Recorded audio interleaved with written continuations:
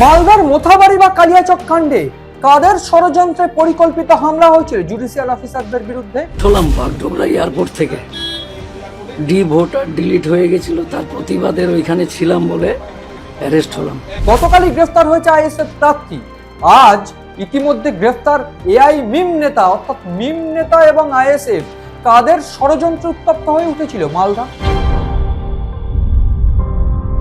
CN digital আপনাদের স্বাগত। আপনারা দেখছেন বাংলার ব্যালট যুদ্ধ, আর আমি আপনাদের সঙ্গে রয়েছি মণি ভট্টাচার্য। এই মুহূর্তে সব থেকে গুরুত্বপূর্ণ যে বিষয় আমরা একটু নজর রাখবো, যে ইতিমধ্যে বাগডোগরা বিমানবন্দর থেকে সিআইডি মফিক্কারুল ইসলামকে গ্রেফতার করেছে।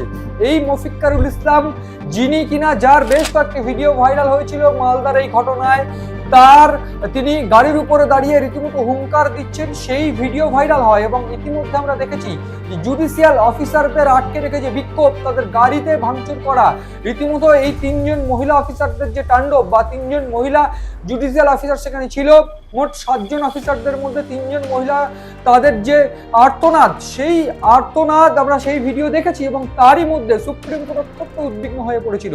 এই ঘটনা ইতিমধ্যে এনআইএ তদন্তভার নিচ্ছে, এবং এনআইএ কে তদন্ত ইতিমধ্যে আমরা সেটা জানি যে এনআইএ কে তদন্ত করতে বলা হয়েছে। সেক্ষেত্রে কমিশন এবং অন্যান্যরা, তারা কমিশন এবং রাজ্য প্রশাসন সবাই বৈঠক করে ইতিমধ্যে এই এনআইএ তদন্ত শুরু হবে। তারই মধ্যে আজ বাগডোগরা বিমানবন্দর থেকে মফিক্কারুল ইসলামকে গ্রেফতার করা হয়েছে, যিনি কিনা ইটাহারের বাসিন্দা।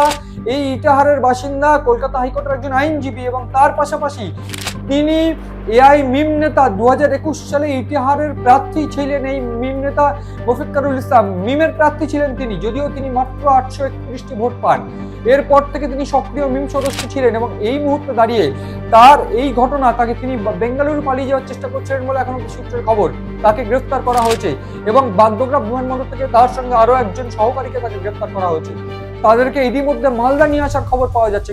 কিন্তু ঘটনা হচ্ছে, ইতিমধ্যে যে খবর পাওয়া গিয়েছে যে 19টি মামলা এই মোথাবাড়ি বা কালিয়াচক কাণ্ডে করা হয়েছে। সেই 19টি মামলায় এখন অবধি 33 জনকে গ্রেপ্তার করা হয়েছে। মোট 35 জন, এই দুজন নিয়ে মোট 35 জনকে গ্রেপ্তার করার খবর পাওয়া যাচ্ছে। এবার বিষয়টি হলো যে কাদের চক্রান্তে, কাদের ষড়যন্ত্র থাকতে পারে। গতকালই আমরা দেখেছিলাম একজন আইএসএফ প্রার্থী, তাকে গ্রেফতার করা হয়েছে, এবং এই আইএসএফ প্রার্থীকে গ্রেফতার করার পর আজই এই মিম নেতাকে গ্রেফতার। তাহলে কি এই আইএসএফ এবং মিম তারা যৌথভাবে একটা ব্লুপ্রিন্ট বানিয়েছিল মালদা মুর্শিদাবাদকে উত্তপ্ত করে তোলার?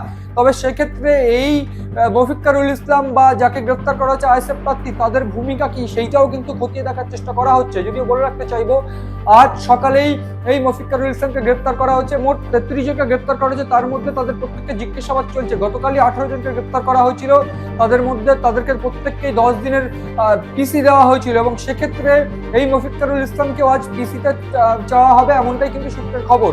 এবার বিষয়টা হলো, এই মফিক্কারুল ইসলাম তিনি কিন্তু অত্যন্ত সুপরিচিত একজন আইনজীবী, এবং যিনি গতকালকের আমরা দেখেছি গত পরশুদিনের এই ঘটনায়, সেক্ষেত্রে তিনি মেন লিড করছিলেন। এবং তথ্য উঠে আসছে তিনি বিভিন্ন জায়গায় মানুষকে একত্রিত হতে বলছিলেন, এবং তার পাশাপাশি মাইকে করে লোক ডাকছিলেন বিভিন্ন অলিতে গিয়ে, পাড়ায় গিয়ে। সেক্ষেত্রে তারই আহ্বানে কিন্তু এইরকম একটা পরিস্থিতি হয়েছে বলে বিশেষজ্ঞদের মত। পুলিশ ইতিমধ্যে তাকে কিন্তু রিটার্ন করে নিয়ে আসার কাজ করছে। সিআইডি তাকে গ্রেফতার করেছে এখন অব্দি পাওয়া সূত্রের খবর অনুযায়ী। এক্ষেত্রে তিনি বেঙ্গালুরু পালিয়ে যাওয়ার চেষ্টা করছেন, এমনটা সূত্রের খবর। সেক্ষেত্রে এই গোটা ঘটনায় যে একটা চক্রান্ত কাজ করছে, সেটাও কিন্তু পরিষ্কার। এই প্রসঙ্গে আমি বলে রাখতে চাইবো যে গতকালই আমরা দেখেছি এই গোটা ঘটনায় সুপ্রিম কোর্ট অত্যন্ত উদ্বিগ্ন ছিল, এবং সুপ্রিম কোর্টের তরফ থেকে বারবার করে বলা হচ্ছিল পশ্চিমবঙ্গে সব এত পোলারাইজড রাজ্য আমরা এর আগে দেখিনি। এবং তার পাশাপাশি আইন শৃঙ্খলা ভেঙে পড়েছে, এইরকম একটা কমেন্টও কিন্তু করা হচ্ছে সুপ্রিম কোর্টের প্রধান বিচারপতি তার পক্ষ থেকে এবং সূর্যকান্তের পক্ষ থেকে। ফলে সেক্ষেত্রে প্রধান বিচারপতি এবং প্রধান বিচারপতির বেঞ্চ জয়মাল্য বাগচি সহ এই প্রধান বিচারপতির বেঞ্চ কিন্তু বারবার করে বলছিলেন যে পশ্চিমবঙ্গ কিন্তু নিয়মের বাইরে, এক্ষেত্রে সবকিছু নিয়ে রাজনীতি হয়। এই গোটা ঘটনায় সমস্ত জুডিশিয়াল অফিসারদের যে সিকিউরিটি দিতে হবে, সেই প্রসঙ্গও কিন্তু কমিশনকে করার নির্দেশিকা দেয়। সেই ক্ষেত্রে কমিশন গতকাল সন্ধ্যাবেলায় সমস্ত জেলার ডিইওকে নিয়ে, এসপিকে নিয়ে, মুখ্য সচিব ডিজিকে নিয়ে বৈঠক করেন, এবং গতকাল রাতের মধ্যে গ্রেফতার করার নির্দেশ দেন। সেক্ষেত্রে আজ সকালেই এই মফিক্কারুল ইসলাম মূল অভিযুক্ত গ্রেফতার। ফলে সব মিলিয়ে দাঁড়িয়ে এই মুহূর্তে যে মিম এবং আইএসএফ এর একটা একটা যোগদান বা এই গোটা ঘটনা তাদের একটা চক্রান্ত তথ্য যে পাওয়া যাচ্ছে বা তাদের একটা অভিযোগ উঠে আসছে, সেইটা কিন্তু এই মুহূর্তে সবথেকে গুরুত্বপূর্ণ প্রশ্ন। এক্ষেত্রে আরো একটু বলে রাখতে চাইবো, পুলিশ ইতিমধ্যে তদন্ত শুরু করেছে, এনআইএ আজই সেই গোটা ঘটনার তদন্তভার নিয়ে নেবে।